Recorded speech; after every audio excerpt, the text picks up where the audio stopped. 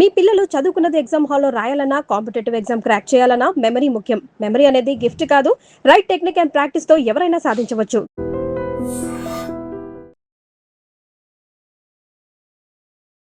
నమస్కారం, మీరు చూస్తుంది ఐ డ్రీమ్. నేను మీ కీర్తి. జూలై 15 నుంచి 23 తారీఖు వరకు వారాహి నవరాత్రులు, గుప్త నవరాత్రులుగా అందరికీ తెలుసు. అయితే వారాహి నవరాత్రుల గురించి అసలు ఎవరు చేసుకోవాలి, ఎప్పుడు చేసుకోవాలి, ఎలా ప్రారంభించాలి, ఉద్యాపన ఎలా చెప్పాలి, అలాగే ఎవరు చేసుకోకూడదు, ఏ విధంగా చేసుకోకూడదు, దేవుడు గది ఇల్లు కానీ ఎప్పుడు శుభ్రపరచుకోవాలి, అమ్మవారికి ఇష్టమైన నైవేద్యాలు ఏంటి, విధి విధానాలు ఏంటి, ఇవన్నీ కూడా ఈ వీడియో సేవ్ చేసుకొని పెట్టుకోండి. ఈ వీడియో ద్వారా మీకు ఫుల్ ఇన్ఫర్మేషన్ లభిస్తుంది వారాహి నవరాత్రులకు సంబంధించి. అసలు వారాహి నవరాత్రులు అందరూ చేసుకోవచ్చు, ఇది విధి విధానం చేసుకోవాల్సిందే అని తెలియజేసిందే ముఖ్యంగా మన ఆస్ట్రాలజర్ నందిబట్ల గారు. సో గురుగారే మనతో పాటు ఉన్నారు.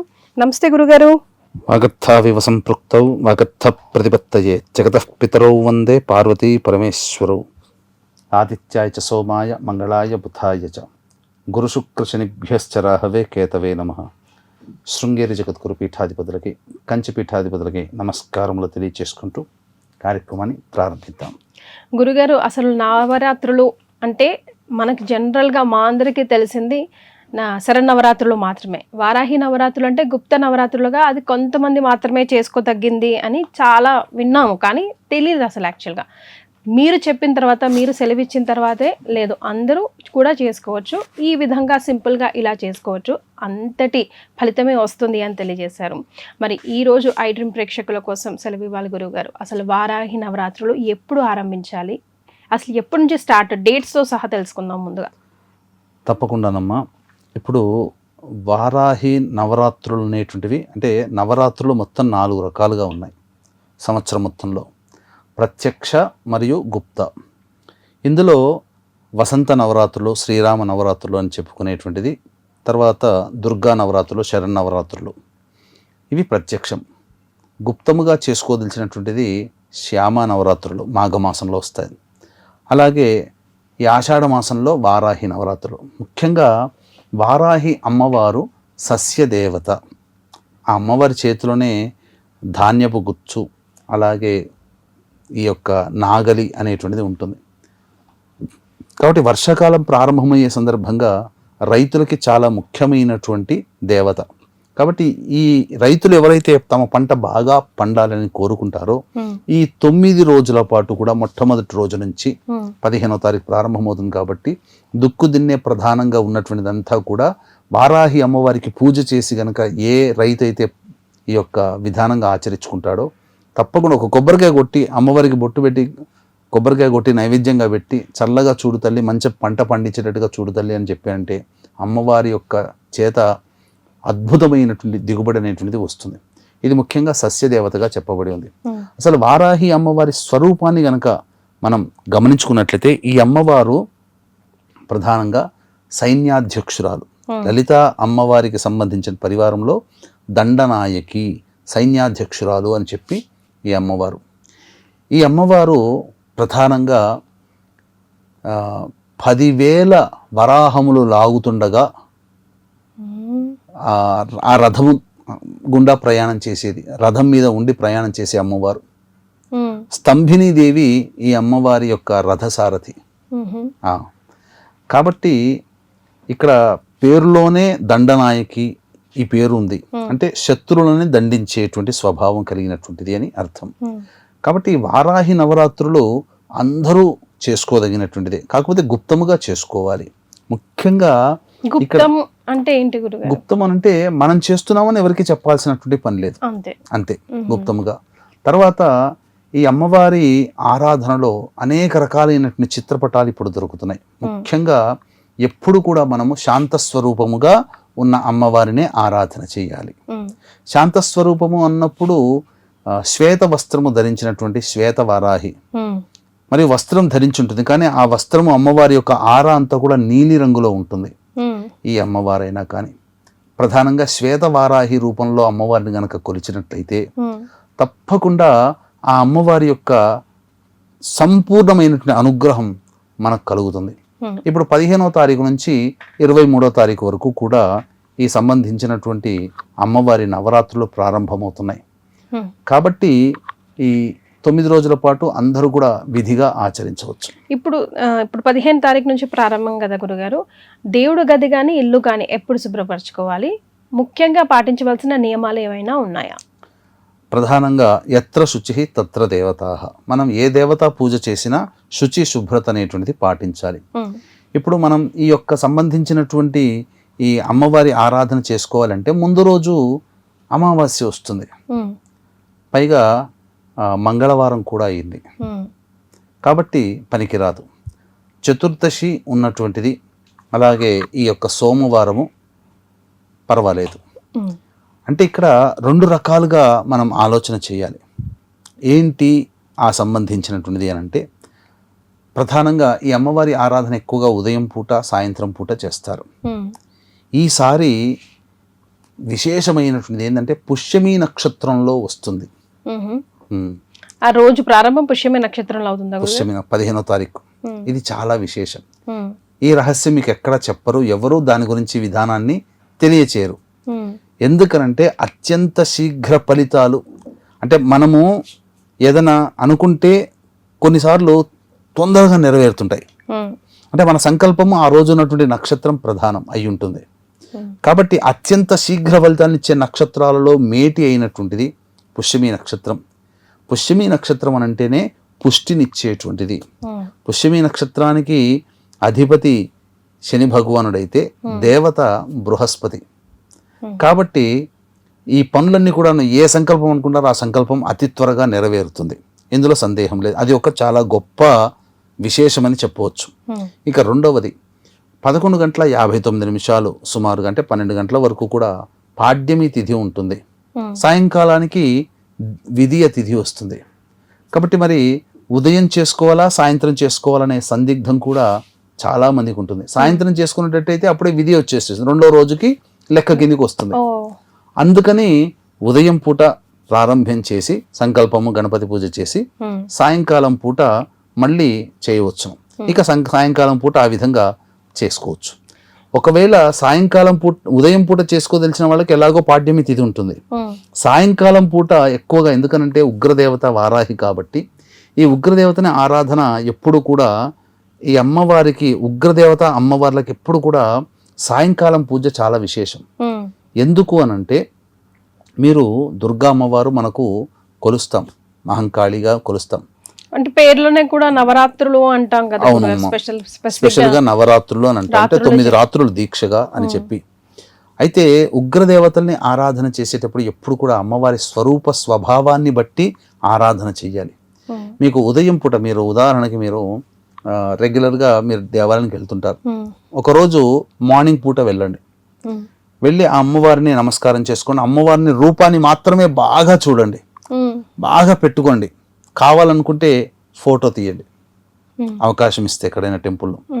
మళ్ళీ అదే రోజు విడిచిపెట్టకుండా మళ్ళీ సాయంత్రానికి వెళ్ళిపోండి. ప్రదోషకాల సమయం అంటే సూర్యాస్తమయం అయిన తర్వాత వెళ్ళండి. ఆ అమ్మవారు పొద్దున చూసినప్పుడు ఉగ్ర రూపంగా ఉంటుంది, సాయంకాలానికి శాంతంగా ప్రశాంతంగా నవ్వుతూ కనిపిస్తుంది.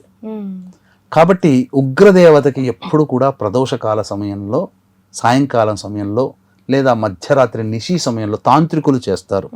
మనం అంతటి జోలికి పోవాల్సిన పని లేదు. వీక్షించేటువంటి ప్రేక్షకులు కూడా ఈ అమ్మవారి ఆరాధన సాత్వికమైనటువంటి భావనతోనే, మన కుటుంబం రక్షింపబడాలనే భావనతో చేయండి.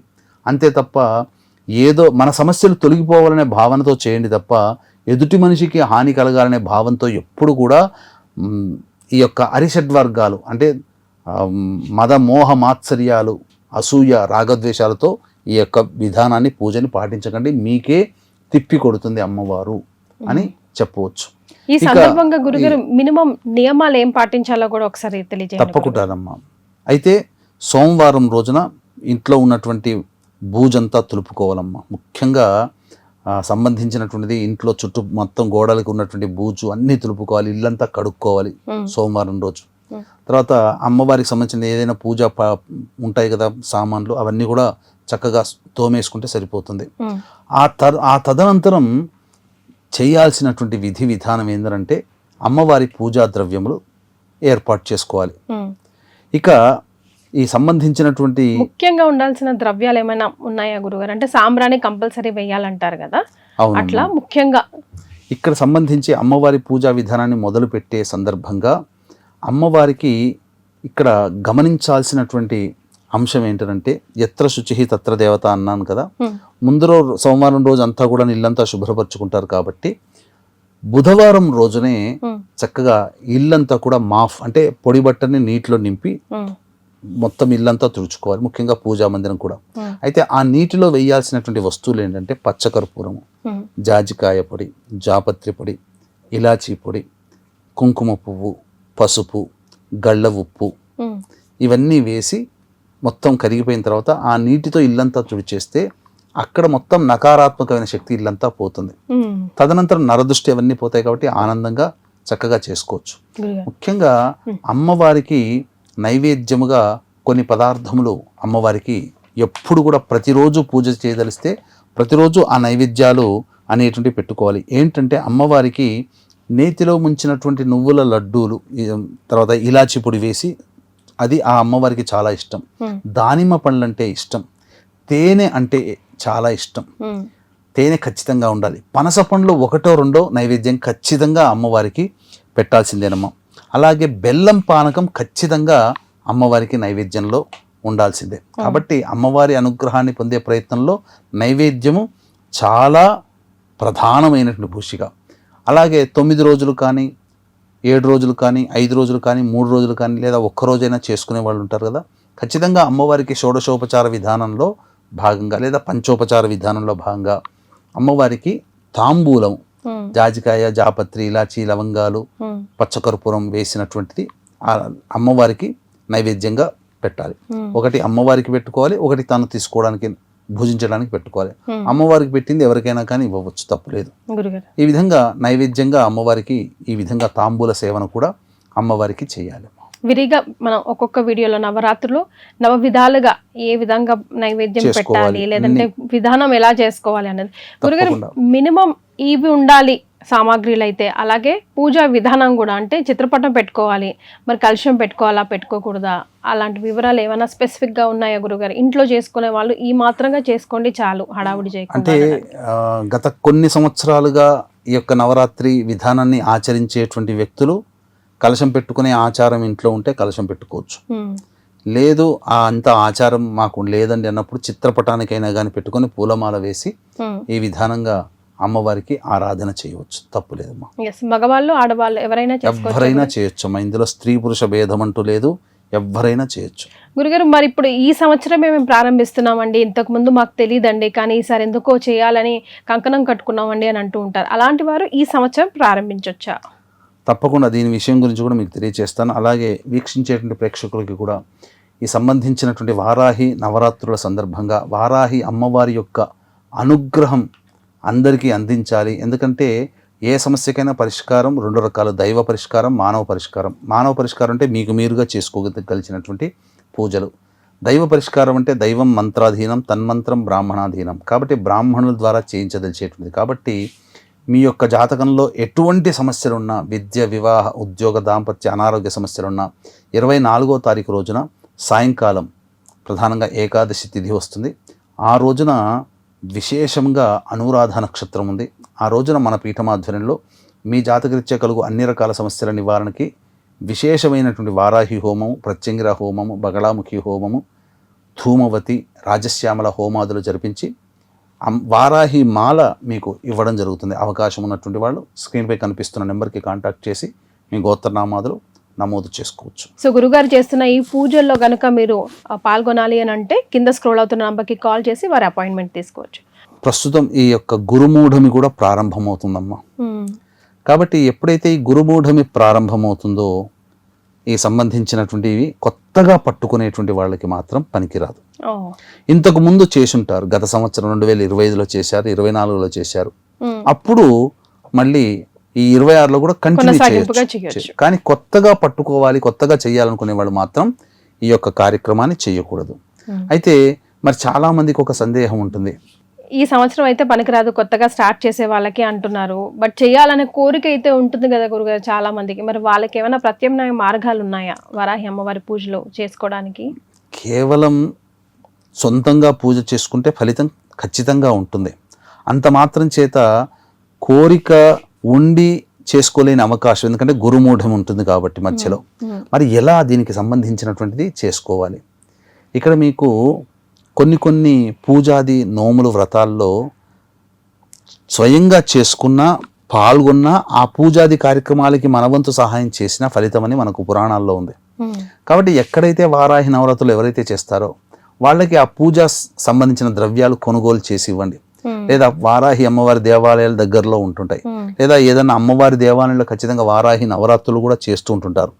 అప్పుడు ఈ సంబంధించినటువంటి విధానంగా చక్కగా అమ్మవారి దేవాలయంలోకి ఏదైనా సామాన్లు అవి ఇచ్చవచ్చు. లేదు ఎలాగో 24వ తారీఖు జూలై రోజున మన పీఠం ఆధ్వర్యంలో జరుగుతున్న వారాహి నవరాత్రులు అవకాశం ఉంటే అందులో గోతనామాలు నమోదు చేసుకోవచ్చు.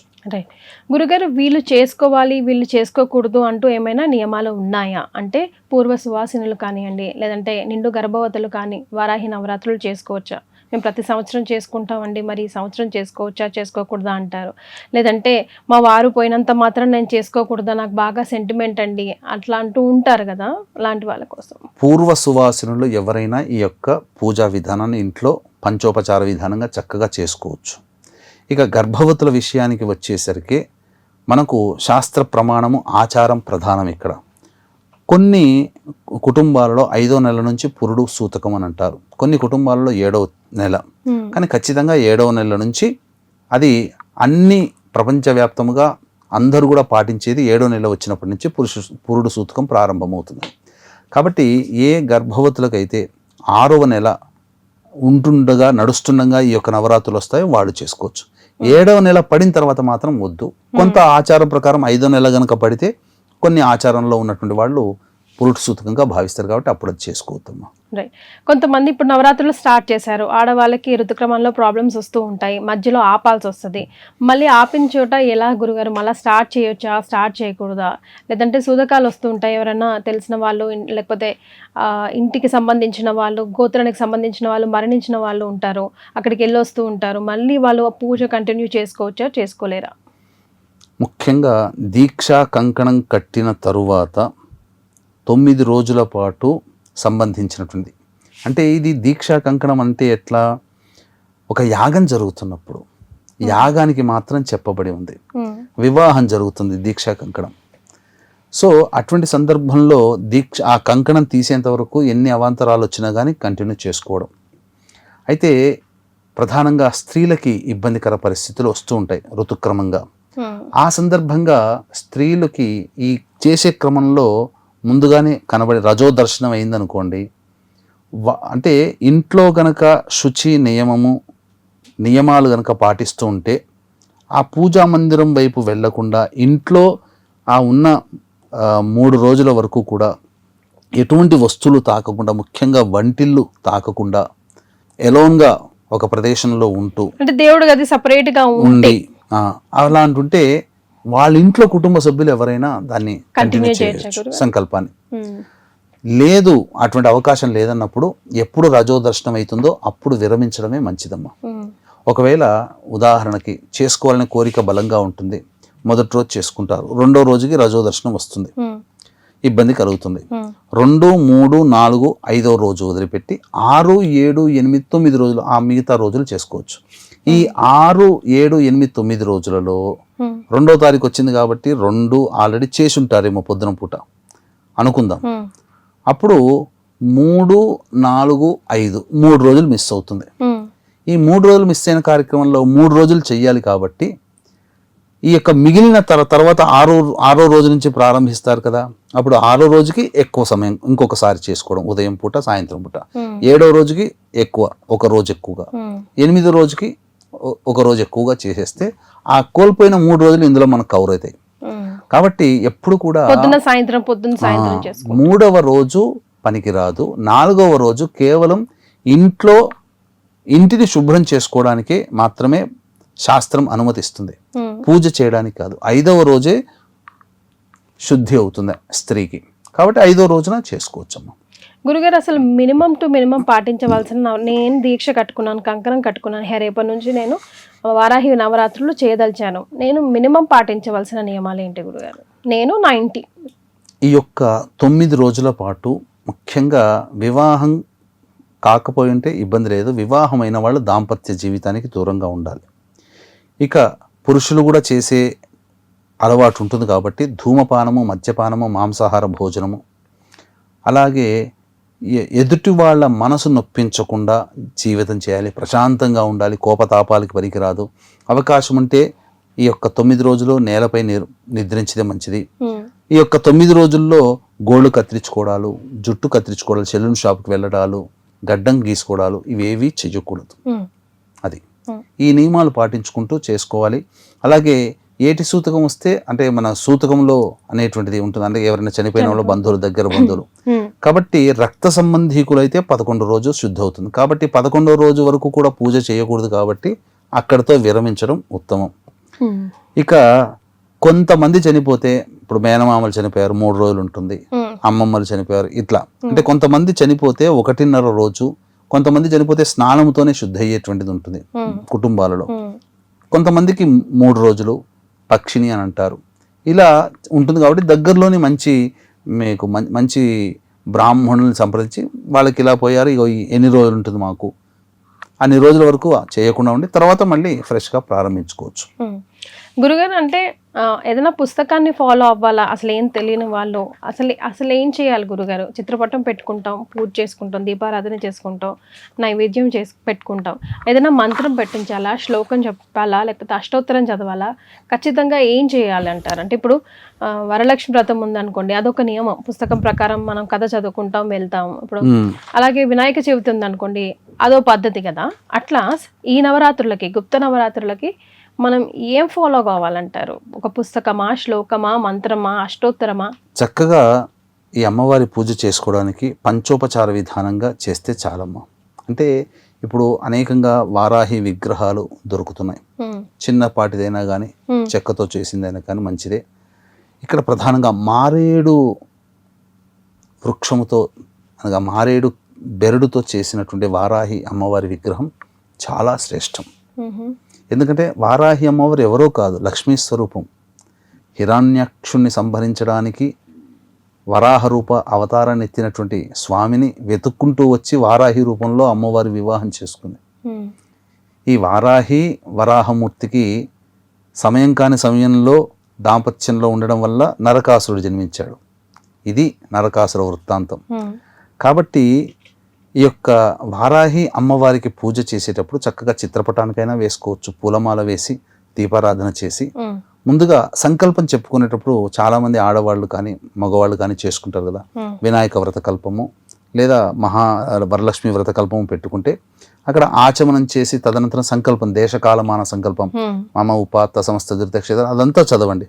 తర్వాత అక్కడ ఇంకా అప్పటికి ఉత్తరాయణమే ఉంటుంది కాబట్టి ఆయనే దగ్గర ఉత్తరాయణే, ఆషాఢమాసం కాబట్టి గ్రీష్మ ఋతువు, ఆషాఢమాసే శుక్లపక్షే ప్రతిపత్యాం లేదా ప్రథమ్యాం తిథౌ, ఏ రోజైతే ఆ రోజు బుధవారం నుంచి ప్రారంభమవుతుంది కాబట్టి బుధవాసరే లేదా సౌమ్యవాసరే, పుష్యమి నక్షత్రం ఉంటుంది కాబట్టి పుష్యమి నక్షత్రయుక్తే శుభయోగే శుభకరణ ఏవంగుణ విశేష విశిష్టాయాం శుభతిథౌ మమ జాతకరీత్యా సర్వగ్రహదోష నివారణార్థం మమ సంకల్ప సిద్ధ్యర్థం వారాహి పూజాం కరిష్యే, పంచోపచార విధానైన వారాహి పూజాం కరిష్యే అని చెప్పుకొని నీళ్లు వదిలిపెట్టి చక్కగా అమ్మవారి ధ్యానం ఒకటి, తర్వాత కొబ్బరి నీళ్లు అమ్మవారి చిలకరించడం ఒకటి, తర్వాత అమ్మవారికి అర్చన 3వది, అమ్మవారికి నైవేద్యం 4వది, తాంబూలం 5వది.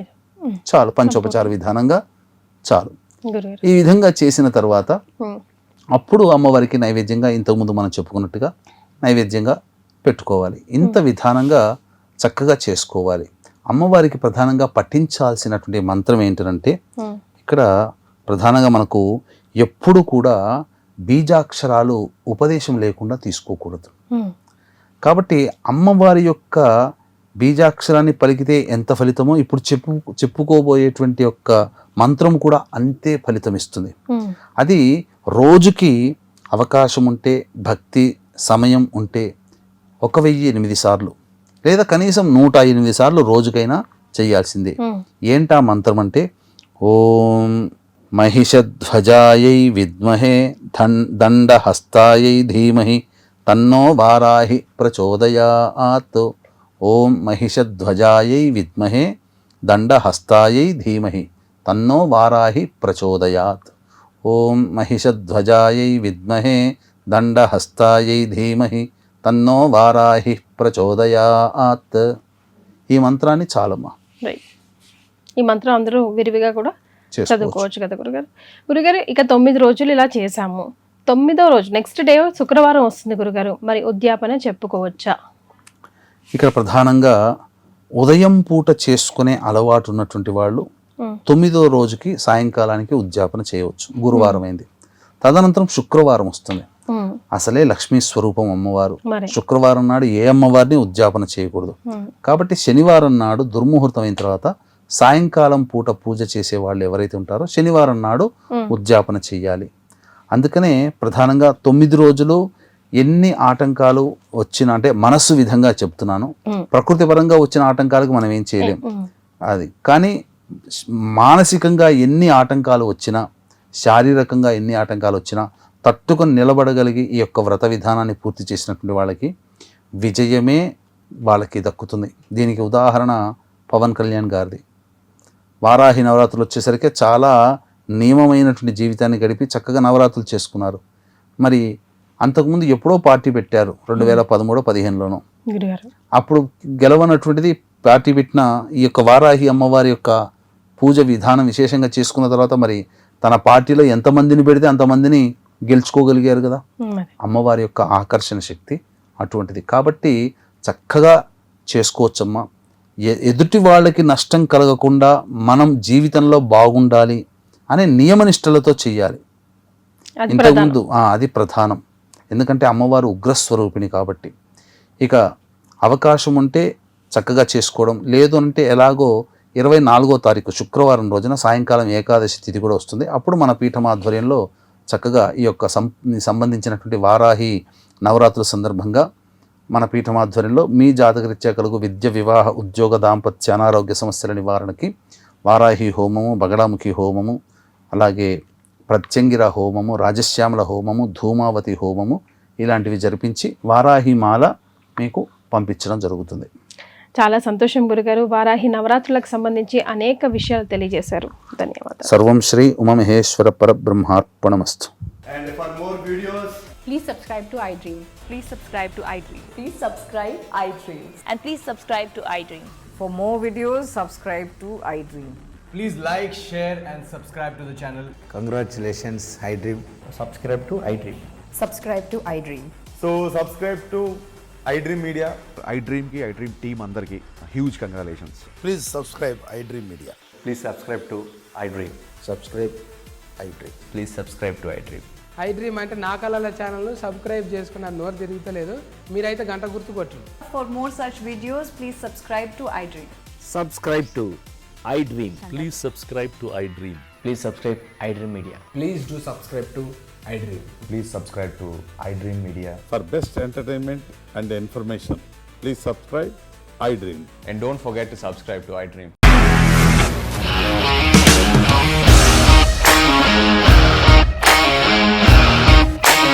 ఇండస్ట్రీలో కమిట్మెంట్ ఇష్యూస్ వస్తే నీకు కూడా వచ్చినట్టు మార్నింగ్ తీసుకెళ్ళారంటే కొట్టి పడేశారు.